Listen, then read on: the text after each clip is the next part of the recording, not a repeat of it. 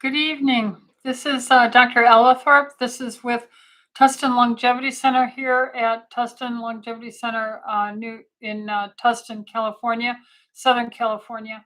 And we're a group of healthcare providers that are trying to provide functional medicine, integrative medicine, alternative medicine, complementary medicine. I mean, we've been doing this for so many decades already. We have vast experience, and we decided to do this channel to make an opportunity for you to ask your questions about health, symptoms, and the like, and to get our impression. I'm the director, Dr. Ellithorpe, and I probably have the most experience. So I man this part of the practice, and we're not trying to do this for any other than educational purposes. We're not going to try and treat you over the YouTube. This is just meant to let you see how we think from a functional point of view. So, what I'd like to do is to go through your questions. We have these as emails that are sent to us through our website called tlcdoctors.com. And that is tlcdoctorsplural.com. So tlcdoctors.com. And there you can get on the newsletter, and that way you can get notification of each Tuesday night at 6 p.m. where we do our Ask the Doctor Anything. And you can literally ask me anything, and I don't know that I'll have all the answers, but I can give you my thoughts, my background, my impressions, and maybe some good advice on these things. So with that, we also have a YouTube where you can get into the chat. So if you're logged into YouTube and you can get onto the chat, you can type in your questions there. So those of you who are live, we will defer to you first, and then we'll try and finish up all these email questions. We try and do this every week, and hopefully this is a blessing to you, to your family, to your friends, and you want to stay healthy, especially during the low sunlight time of the year, which is our fall and winter, and being able to be informed as how to take care of yourself and keep your immune system in tip-top shape is going to be to your advantage. I'm going to start with my email, since I don't have a live question yet. And the first email question comes from Victoria. Victoria says, "Can you interpret this for me?"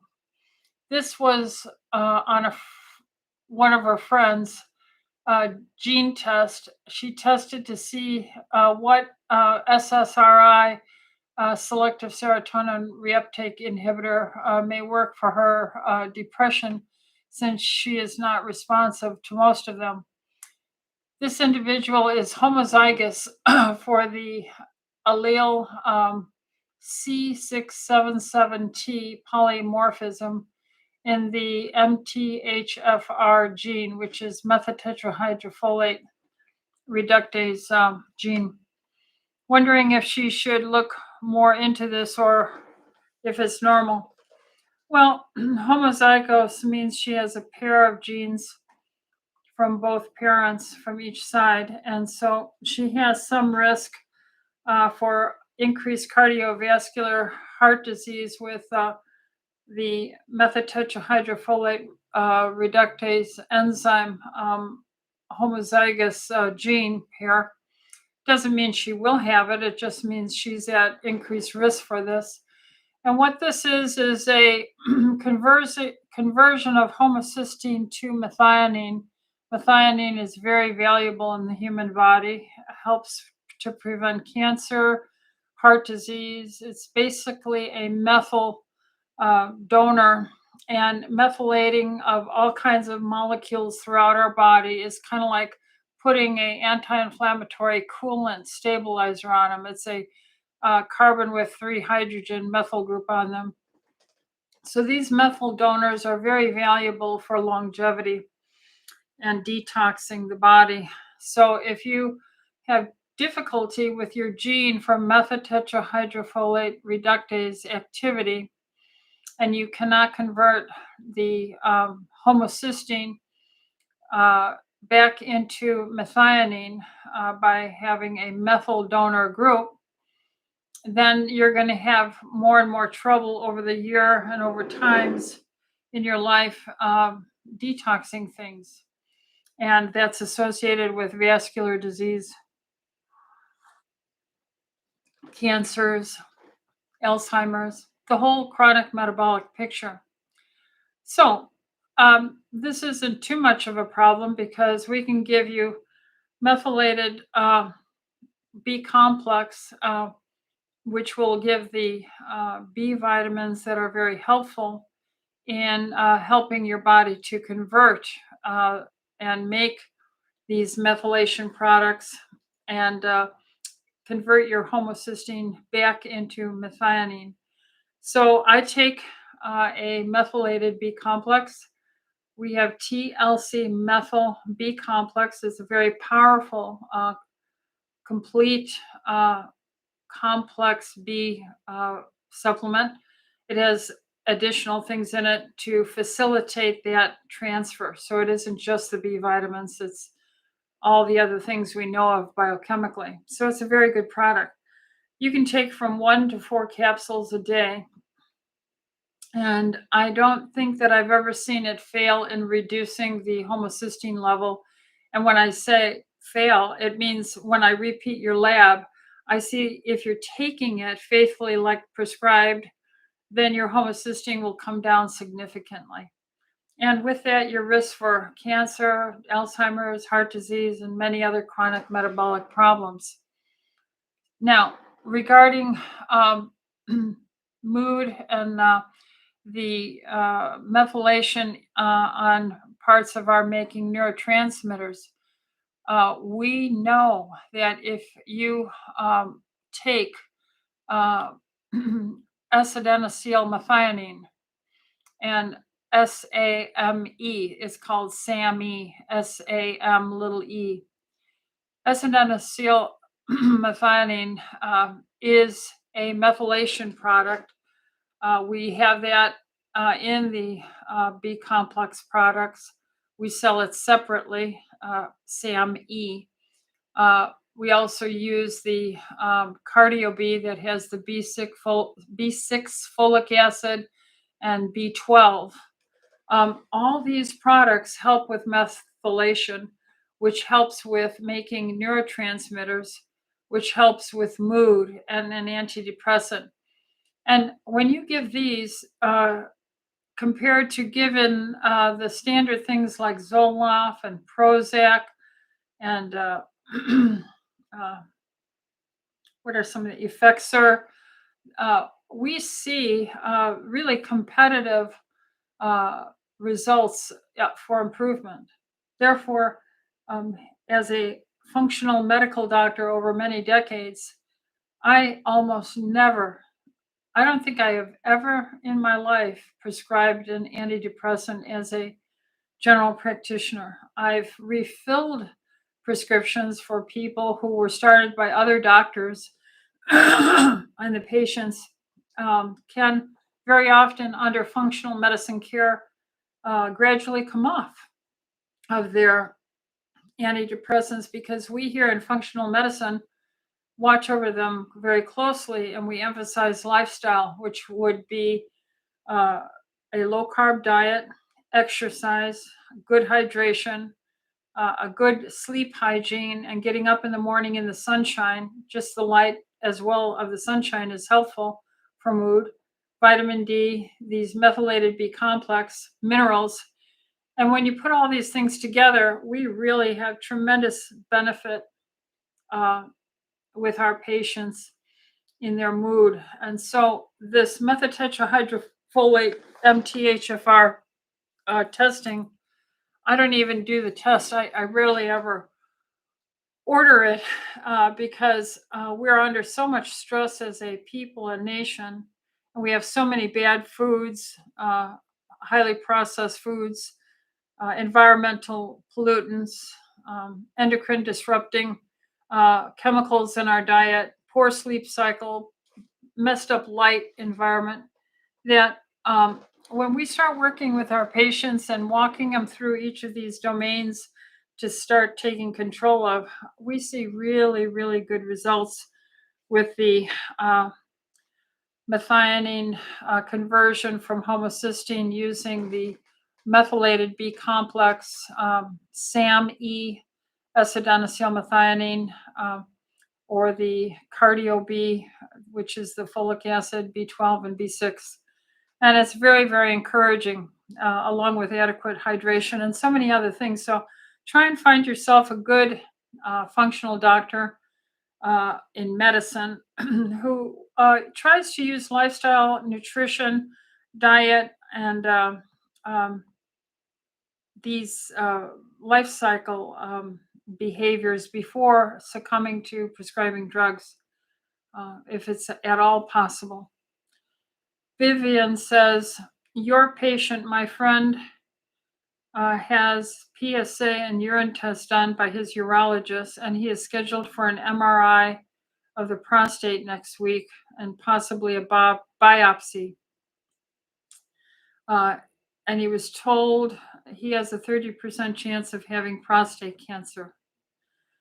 Please recommend natural doctor remedies. I've heard fenugreek, ivermectin, fenbendazole. I'm worried he'll choose chemo and radiation, which is so destructive. 2% success rate. Well, what I'm going to say is I am a general practitioner. I'm not an oncologist, although apparently your friend hasn't been diagnosed with cancer yet. If the PSA is elevating and his specialist, the urologist, is recommending the MRI, I'm going to recommend that he follow his urologist's orders. He can do his own study on ivermectin and fenbendazole and get those studies and bring them to his appointment with his urologist and talk to him about the encouraging results. There's plenty of international and NIH studies looking at these natural antiparasitics and seemingly having a benefit in these areas of concern. What we would do is we would talk about how cancer is a mitochondrial, that's the little battery engine of the cell to make ATP. It is a mitochondrial metabolic disease because if you're eating a lot of processed foods, refined carbohydrates, high fructose corn syrup, not drinking enough water, not exercising, not getting a good night's sleep, drinking alcohol, and then just having these poor lifestyle habits, just by taking systemic enzymes, exercise, drinking more water, taking certain nutraceuticals like vitamin D at higher doses that than are usually recommended, taking things like melatonin, we're finding tremendous information on melatonin being valuable as a anti-cancer suppressing tumor or replication coding in the genome and suppressing stimulation of mitosis or cell division with melatonin and vitamin D, and how high dose vitamin C intravenously can reduce survivability of any cancer stem cell. They could do a weekly high dose vitamin C. EDTA chelation can reduce the cadmium, mercury, lead, aluminum, all these oxidative damaging things to the mitochondrial and DNA of our bodies. The things like saw palmetto, fenugreek, all these other herbs, mistletoe, artemisia, these are known polyphenols, plant chemicals that are powerful in having anti-tumor, anti-cell division behaviors. And that's one of the things that they found when they discovered ivermectin from the, I believe in Japan it was the mold. They found this product for ivermectin, and then it was later found to be very inhibiting to rapid cell division on many levels, not just one aspect of the cell, but there's maybe 6 different parameters in which ivermectin has its effect. And fenbendazole, being a antiparasitic, also has very near similar and some unique anti-rapid cell dividing aspects.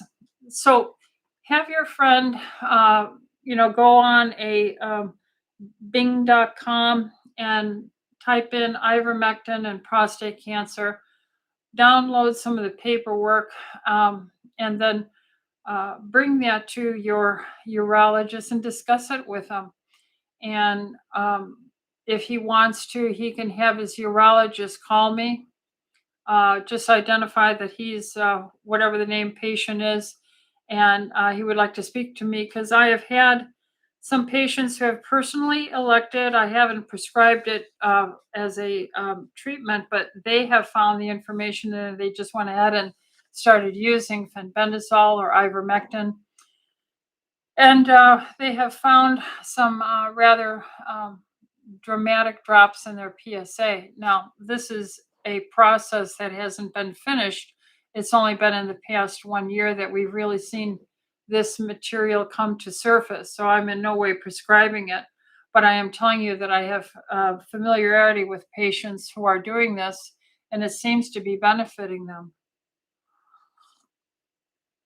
But you can't look to medicine cures. You have to have lifestyle foundation. So a good night's sleep and exercise, including muscle contraction, weightlifting, along with some aerobic on a routine basis, on a 3-time-a-week basis, bare minimum, along with adequate hydration, enzymes, vitamin D, systemic enzymes, getting in a multi-mineral that will have good zinc, good selenium, and having in antioxidants, of which many of these plant products are powerful polyphenols themselves, but these antioxidants have anti-tumor effect, high-dose vitamin C, reducing the oxidative stress with EDTA chelation from pulling out those heavy metals.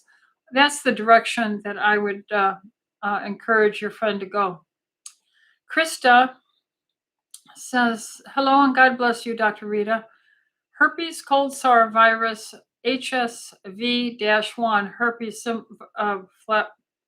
simplex virus-1, cold sores, how to keep it dormant besides taking lysine and balancing lysine and arginine foods, which seems to be conflict of information out there too.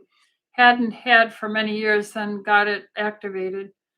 Vertigo, reflux, all herpes simplex V-1 symptoms. Sometimes I don't get a cold sore, but I know it's the virus lurking. Thank you. Krista, as we get older, our immune system gets more and more challenged. Just eating our protein, of which lysine is in our protein, just to digest it and use it and absorb it, becomes more and more difficult as the tube from our mouth to our anus gets older and older. And it's only 1 cell membrane thick, so you have to understand how delicate this is. And to extract the lysine plus all the other nutrients you need, compared to the stress we put on the system with a wide entertainment marketing of foods. So we're not eating to sustain our health. We're thinking, what do I want to eat? What will entertain me to eat? What will give me pleasure if I spend my money and sit down to eat somewhere, rather than what shall I eat to take care of my body, and have your mind on who you're with or what you plan to do with the strength and health that that food gives you. So the marketing specialists, Bernays of the 1920s, propaganda, advertising, getting people to behave through advertising, has been extremely successful and absolutely made filthy rich many of these corrupt companies and lobbyists that have bought off our backboneless Congress members and representatives. It's harmed us. So the studies on lysine, the amino acid lysine, if you don't use at least 1 gram, and many of these studies are designed to fail, medicine is manipulated. Uh, what was her name? Uh,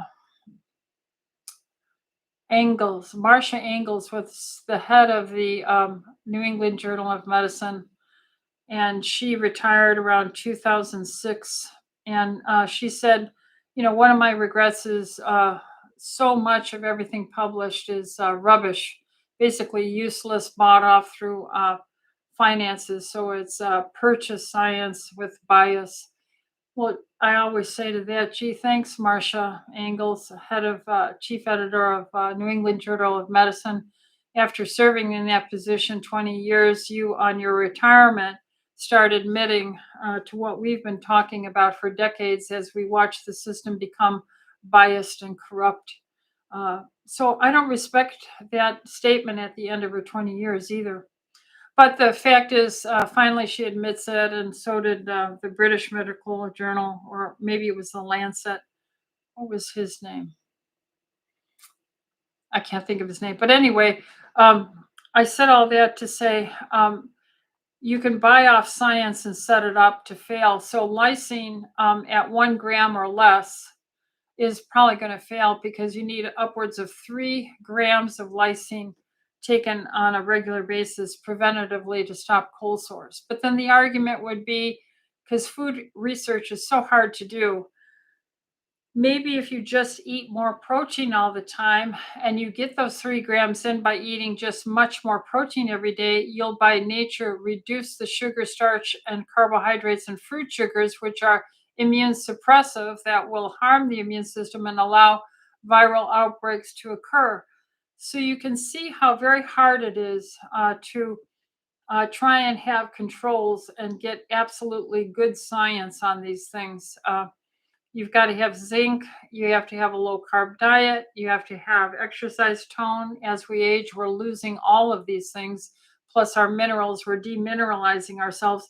So even less stressful triggers can open up the door for a outbreak of shingles or your cold sores or other problems like this. So that's why we're always stressing, please, please, please eat to be well, not to be a little puppet of the propagandist marketing commercials that food should be entertainment. It should not be entertainment. It should be nourishing. And the people you're with and the reason you're eating, that you're taking care of your body to serve the Lord and be an asset to yourself and family and friends and your employees or your company, is the real reason why we eat. All right. Now, we're going to have Thanksgiving in 2 more days. And that is a day to bring some entertainment into the food. And pretty much everyone's yawning. Oh, yeah, it's Thanksgiving. We've had so many Marie Callender's pies. We've had so many candy bars, and so any drive-through and get whatever you want. What is the big reason for us to work so hard and cook so hard to make entertaining food? Uh, our casseroles and our delicious tender turkeys and our cranberry servings and our mashed potatoes, all this wonderful stuff. What's the big deal when you can go and just buy it? So it really puts a kibosh on the family gathering and the mother or wife or woman who's going to be doing the cooking, or the man is going to be doing the cooking. And it takes the idea of a very special day. Takes away the idea of grandma's great pie. My husband would always talk about his grandmother's pies and how he would look forward to the holiday meal and gathering when she would come from way far away with her pies. And it would just be something special because you could smell it right when you got in the home there that she was there. And then she'd be sitting with her little sparkle in her eyes that she did it. Even in her 80s or late 80s, she did it. And what a joy it was to see her gift of her service to make a beautiful family gathering and fellowship. So it just brings a tear to my eye to remember her. Let's see some of these live questions we have coming up. Jenna says, Happy Thanksgiving, Dr. Rita. Same to you, Jenna. To you and your family. My husband's 69 and healthy, not on any pharma meds. Wonderful. In recent checkup, his testosterone was 301. Do you recommend any supplementation? Well, it depends. If this is a recent testosterone for a fall reading, it's low. It's really very low because the reading on a man goes up all the way into November. And God established when He created the earth 6,000 years ago, He designed it so that all the boy animals and men would have a very high testosterone in the fall to get the little girl animals all pregnant so that they could be in gestation as a general theme over the winter and give birth in the spring when things would warm up and the earth would bear fruit and there'd be plenty to eat. That way, once the winter breaks right at spring, the lowest time of testosterone is right around, January, February, March, maybe April. That's the lowest. And that way, all the boy animals won't eat their pups from being so cold and hungry over the winter. So God brings their testosterone, their aggressiveness way down. So it's a biannual phase for men. So if your testosterone is only 300 in the peak of the fall when it should be the highest, I would say it is low. What brings it up? Exercise is probably the number one. Weightlifting training brings up testosterone. But if you start a weight training and then you go in March and check your testosterone, you're going to be disappointed if your doctor doesn't understand the biannual phase of it. What you have to do is be faithful with your weightlifting and go through the year to get a plot, maybe 2 or 3 readings through the year to see it come up in the early summer into the fall, peaking out. And then you'll know. Zinc helps men's testosterone. So a good multi-mineral, we have TLC multi-min with Albion amino acid chelates. Eating a rich carnivore diet, which would also necessarily be rich in minerals because the most nutritious food is in the meat and liver and things like that. So a high protein diet, weightlifting, exercise, good hydration, and good sleep, because not sleeping well will mess up the follicle stimulating to his Leydig cells and his testicles that produce the testosterone. So he needs all that to go from, and he needs to be low carb. So that's the direction I would go. Now, I'm not, if he really wants testosterone, I'm not going to say no. If the patient says, I really would like some to make me feel good during my weightlifting, and then maybe we can withdraw it and see if he can just maintain it once he developed all those good habits. So there's all kinds of ways of doing that, Jenna. She also asked a question. He is active with a type B blood. Okay, I take bioidentical hormones, progesterone capsules, and compounded estrogen cream. This is the woman speaking, to stay balanced. Do you recommend anything for men? Well, exercise, good night's sleep, adequate hydration, a rich protein diet, weightlifting, and a low carb diet, a good multi mineral that has the zinc and selenium, things like that in it. I'm all in favor of being on a methylated B complex, TLC methyl B complex, TLC methyl B complex. So a mineral with a B complex, along with exercise, a low carb diet, getting to bed on time, drinking enough water, that alone should be the fix. College Prep Home says, my 34-year-old daughter went to her doctor to review irregular HSCRP yesterday, and they gave her a flu shot and a tetanus. By evening, she couldn't walk. The emergency room gave her a steroid. Will chelations help? Absolutely, it will help. Most definitely. Now, why do I say that? I say it from my own clinical experience. Remember, I'm fighting an old boys group, attaboys group from the pin-headed, pointy-nosed professors who go to Harvard and Princeton and Stanford, and they all get these cushy jobs and tenures, and they get nominated to the uh, Health and Human Services and Department of Health and FDA, and they just live in there like Fauci did. And they get these grants and money, and it's a good old boy system. And they give grants and money to colleges at Harvard and Princeton and Stanford that will keep that college financed and producing the science that, remember, Marcia Engels, the head of New England Journal of Medicine, said the vast majority of all the science is rubbish because it's bought off. And so it's a money laundering system for the most part in the FDA and HHS and NIH to the university study groups.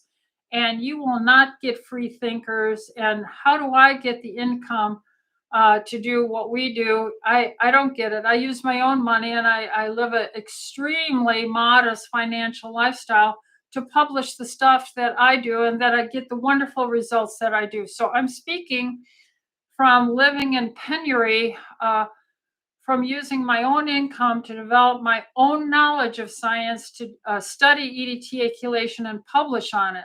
And I have just seen the nerve damage, optic neuritis, and blindness, repetitious and recurrent episode after episode after episode of this, failing steroids.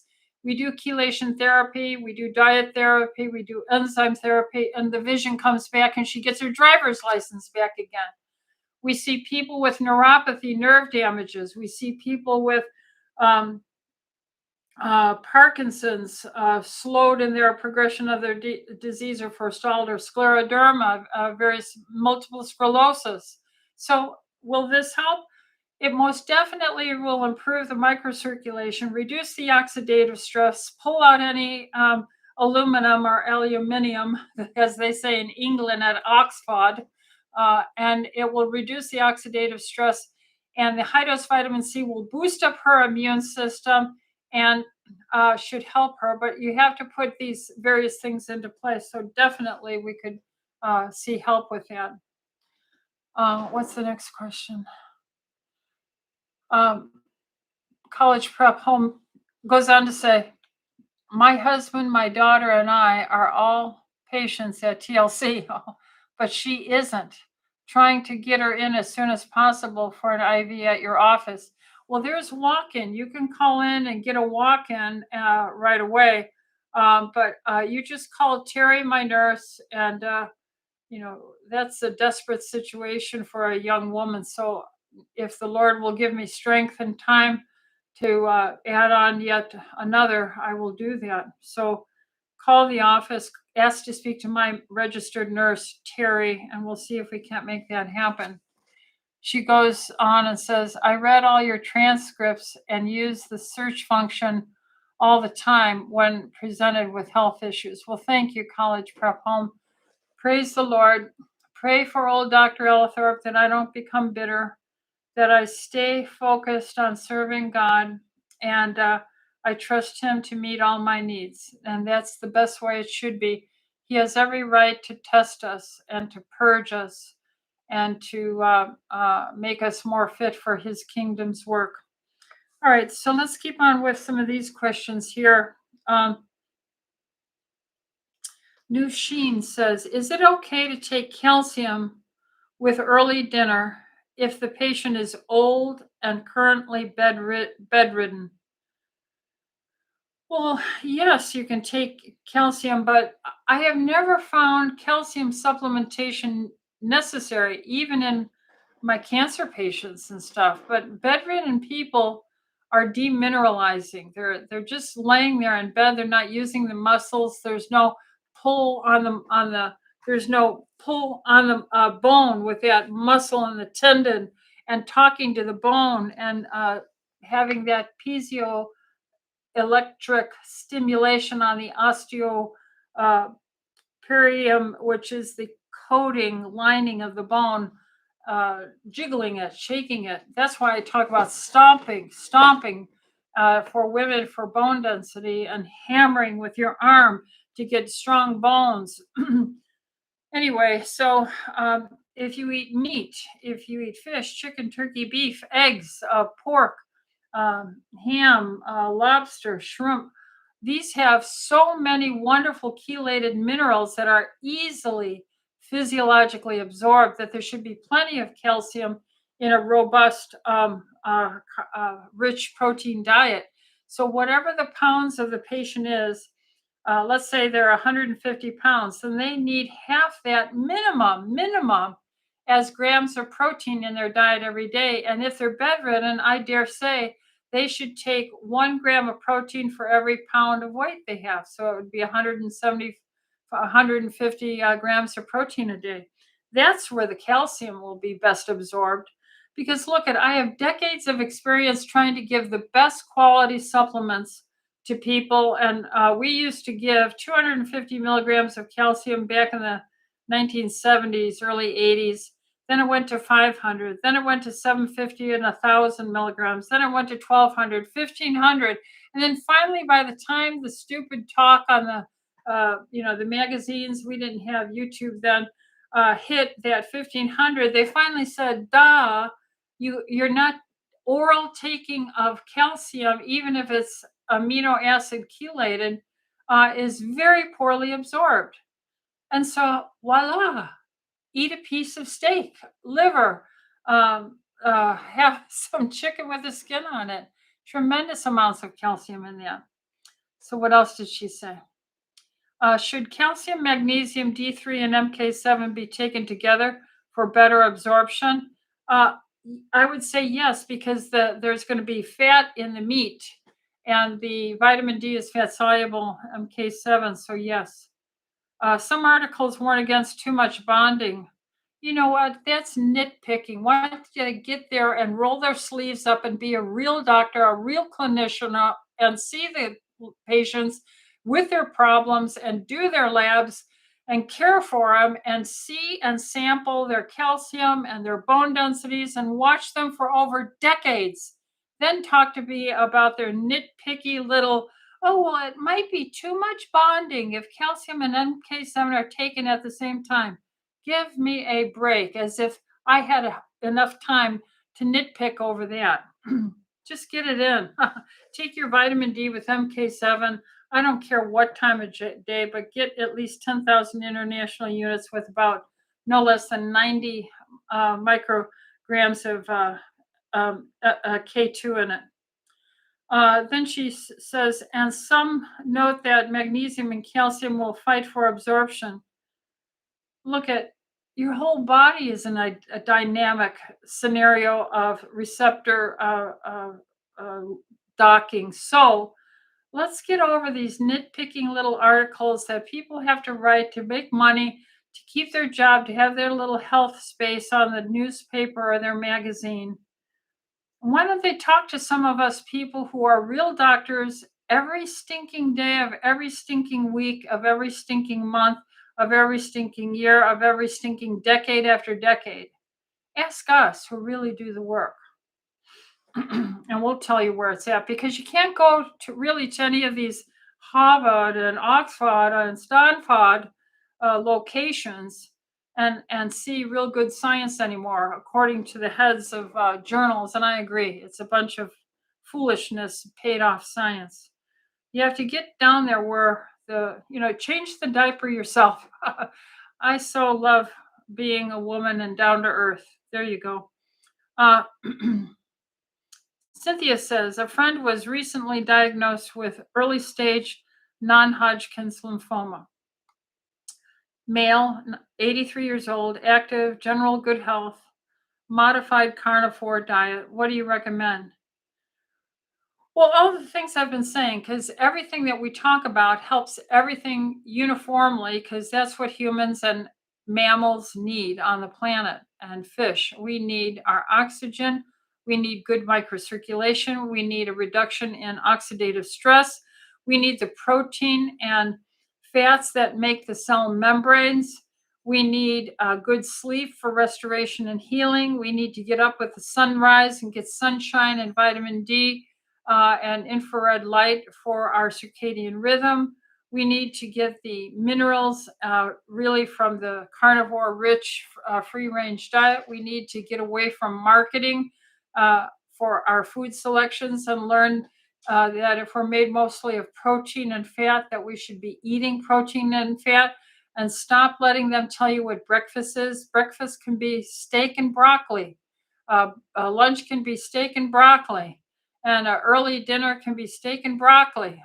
And there you had it, a wonderful meal that probably 2.5, 3 billion people on the planet would give their left little finger for a little consistent steak and broccoli every day.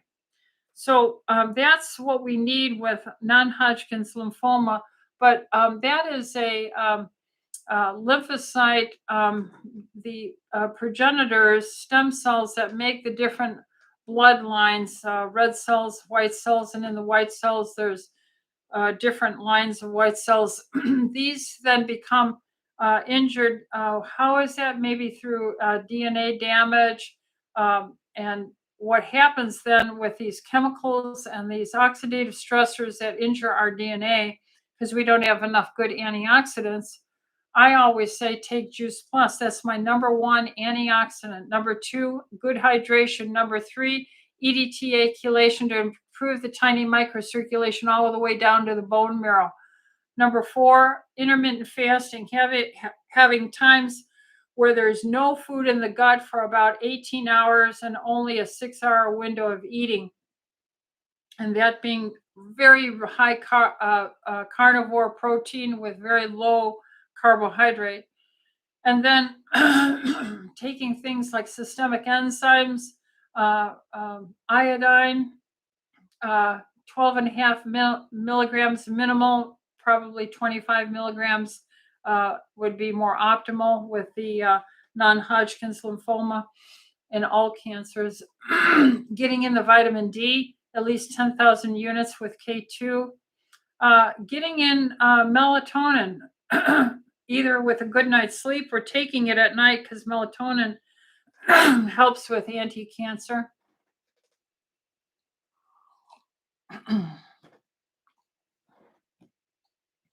And then high-dose vitamin C.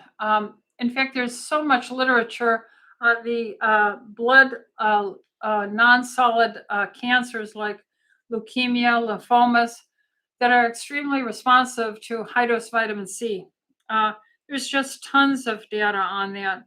Yes, lymphatic drainage is helpful if he stood on a vibration plate or used a rebounder would be good. But I can't tell you how important weightlifting is.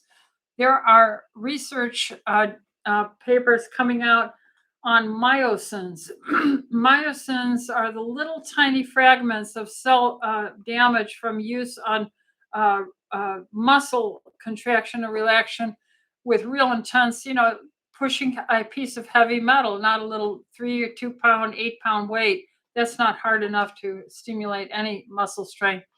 And these myosins are associated with repair in the body if you get a good night's sleep. And that even includes your bone marrow repair area. So oxygenated with microcirculation, with hydration, with vitamin C, cleaning it out with systemic enzymes and fasting, adequate hydration, a very low carb diet so you don't stimulate abnormal growth with insulin, and exercising, get a good sleep-wake cycle, taking the D, taking the multimineral, taking the antioxidant, iodine. All these things would a good functional doctor would check and would test for. Darren says, I have flare-ups of microscopic colitis and wonder if my usual inclusion of probiotics exacerbate the problem. Well, I don't know what you're using because remember, we don't get the money to get the research, to get the data. Each of us doctors that cared anything about their patients over the past 50 years like we did, we had to find, hunt, pick, research, and go. I've even flown to sites to see how they do it because I majored in chemistry to look at their analytics and make sure they're testing. Uh, so the science of probiotics is difficult. So we are learning more. We could learn faster if we could get the uh, captured filth out of our research and our government and our bought off Congress people and former presidents. So I just think we need better research here. There's a woman who wrote a book, and she has her specialty, but her eyes finally got open. She finally started looking into this about 15 years ago. And what is her name? She wrote the book, Let's Talk SH apostrophe T, which you know what that stands for. Let's Talk SH apostrophe T. Hazan, I think is her last name. Anyway, she's up in Ventura, California, and she too has to take out of her own money to do financing. Bless her heart. I'm glad she went for morals, care of the patient, than personal riches and fame. And she took care of her patients and did the research she needed to do. She's found a tremendous amount of the fact that bifidobacteria and that family is associated with the best immune protection, even in those who allegedly had COVID. So, could your probiotic exacerbate your colitis? It's possible. But I'm going to say far more likely you ate something with a lectin in it that scratched that one cell layer, disrupted your very delicate single membrane of phospholipids and protein, and that injured it as opposed to a probiotic. Because remember, probiotics usually are helping you make nutrients and other vitamins and other components of like short chain fatty acids, butyrates, and the like that help build your immune system. So the only thing is, I can recommend my probiotics because I've tested them for decades. We're talking 35 plus years. And I'm going to recommend the probiotic 225 for an acute, terrible, colitis inflammation for 2 weeks, one packet a day. Then the probiotic 100 capsule as a step down, one a day after the acute flare. And then maintenance with orthobiotic. And the other one I use with that is SP Orthospore IG, one a day. And that's all I can say is the ones I've used have never been associated with any questionable flare. Carolyn says, is taking progesterone pill at night and 2 applications of the estradiol, 1 milligram cream daily, okay? Well, yes, in a general sense, the answer is yes, but we have to measure it. We have to see what your blood levels are. We have to know the milligram strength of your progesterone. Are you absorbing it orally? What's the level? How much result are you getting from the estradiol cream? How well is that absorbed? Are they balanced? How are you feeling? Do you menstruate on it or not? Have you had an ultrasound of your pelvis or not? What are your other risk factors? I don't like giving hormones to women who won't drink their water and take systemic enzymes and who won't exercise or eat a high carbohydrate diet, because those high carbs, lack of exercise, and dehydrated, non-drinking, inactive people are the ones who are going to get chronic metabolic diseases, and they're going to blame it on hormones. That's just what the standard insurance and medical pharmaceuticals would love to do, because they don't want you on natural things that make you feel vivacious and full of energy and power and health and well-being, and get up and go and work out and lift weights and walk and work 6 days a week or whatever you have to do. they want you off those wonderful things and they want you on their dependent patented drugs forever as you deteriorate. So yeah, I think that's a great thing, but to get to a good doctor who's in functional medicine, who knows how to look you over and make sure it's going well for you. The next question is, Priscilla said, I read your book, Detox Outside the Box, then sent a copy to my functional medicine doctor who prescribed the calcium disodium EDTA suppositories for me from Harbor Compounding. My doctor is sending me NT factor. We could not locate the vital cellular nutrition described in your book. Could you update me on what nutritional supports you recommend? Vital cellular nutrition was a multivitamin mineral that we had especially made in our research for the detoxamin usage, because it was a phospholipid-rich multivitamin tablet, compressed, full of fat, phospholipids.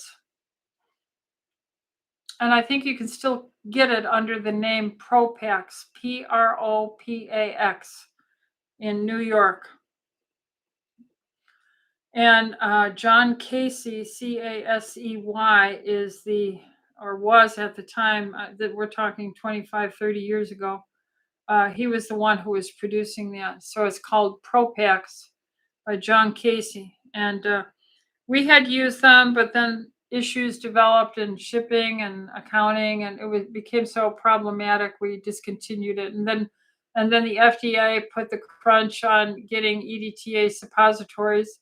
And so there you have it. Everything we tried to do and spent our hearts out on, they sat on like a big Jabba the Hutt with their chain around me, trying to get help to my patients. All right. The next thing, Priscilla says, I have come across a form of EDTA suppositories sold as a supplement that uses magnesium and potassium instead of the calcium. Please don't use that. I mean, we did the research. Magnesium in a suppository is going to set your anus, your butthole on fire. Don't put magnesium down there. No way, Jose. Please don't do it. Okay. This form is described as having advantages over calcium. No, it doesn't. Please share your view on this. I think I did. All right. If you want an explosive experience with those suppositories, then go ahead and try the magnesium form of the suppository. It was horrific. This manufacturer seems to be respected in the detox field and has high testing standards for purity. RemedyLink.com. RemedyLink.com. I'll have to look that up. Let me write that down. I'm always learning from my patients every day, every week of the year. RemedyLink.com. And that's the EDTA suppository. Magnesium. Well, maybe they found some way to chelate it so it doesn't do that. Okie dokie. All right, thank you, Priscilla. I'll look into that. Christine goes on to say, my cardiologist and gynecologist recommended against hormone replacement therapy. I have congestive heart failure and have had 2 valve repairs and a history of atrial fibrillation. I want to discuss it with my cardiologist. If there is data to the contrary, I'd like to be able to have it to present to him. Well, you have to ask him what his data is for recommending against it. My goodness. Testosterone was used in the mid 20th century, around 1950s, 60s.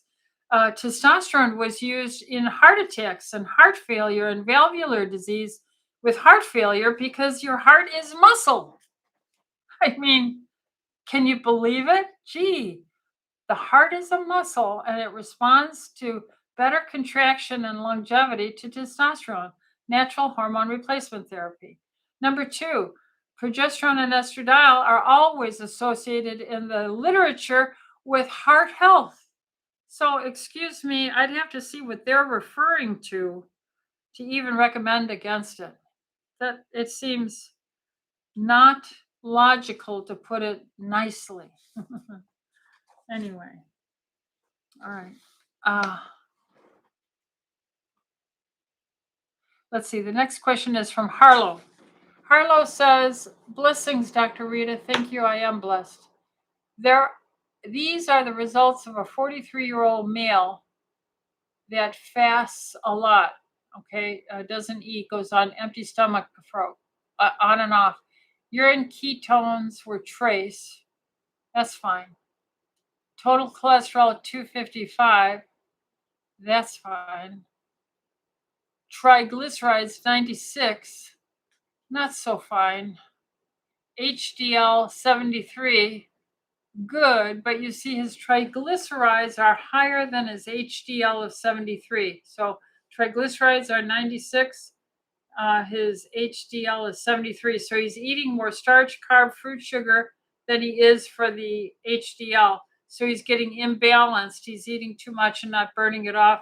And that will lead to vascular, cardiovascular, diabetes, metabolic syndrome. So LDL was 166. In and of itself, it's not a problem. I only care about him fixing those triglycerides and bringing it down to 73 to equal the HDL or get it under it. And that's just by eating less starch, carbs, and not eating late at night. His hemoglobin A1C was 5.8. That's pre-diabetic. So yeah, this is cause for concern. And yes, he better start addressing this and fixing it, because people who get cancer say to me, "How did I get cancer?" But for the past 15 years, 20 years, I've been saying, your blood sugar is 91. That's too high. Your blood sugar is 94. That's too high. Your hemoglobin A1C is 5.8. That's too high. Your hemoglobin A1C is 5.7. That's too high. Your hemoglobin A1C is 5.6. That's too high. In other words, because other doctors don't confirm and the reference ranges say you're normal, and old Dr. Ellithorpe out there saying, nope, you're not, nope, you're not, nope, you're not. And finally, these little computer whiz math guys came up with a formula called HOMA, HOMA dash capital I, capital R, HOMA dash IR, which is basically insulin resistance, your homeostasis insulin resistance. And that's your fasting sugar times your fasting insulin divided by 405 equals a number. And if that number is higher than 1, you're insulin resistant, on your way to all kinds of chronic metabolic diseases, of which 85% of all Americans are doing and getting obese and getting on medicines for. And it starts even in utero now. We're actually seeing obese epidemic in newborn children. Look at, we're eating bad. We're making fat, metabolically unstable newborn babies. Let's get a grip on this, ladies and gentlemen, and accept our personal responsibility that food is not for entertainment. It's to stay healthy. You use food for entertainment for a very special reason of gathering or celebration. And you know what I mean by that. Okay. So yes, it is cause for concern. Happy Thanksgiving to you too, Harlow. Sherry says, I heard you say you are not too fond of thermograms or mammograms. What do you suggest for a 64-year-old woman to check for breast cancer? Is there an age you can stop? Now, the standard of care for the practice of medicine in the state of California is to recommend women to get annual mammograms, screening mammograms. And if there's question, to get a diagnostic mammogram with ultrasound. And that's the rule. To see your healthcare provider and do a breast exam.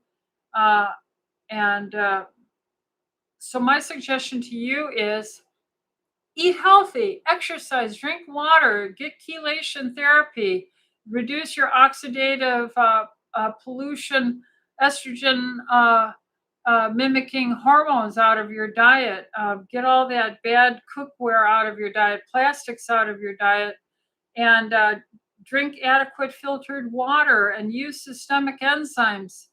And uh, then do self breast exam every month.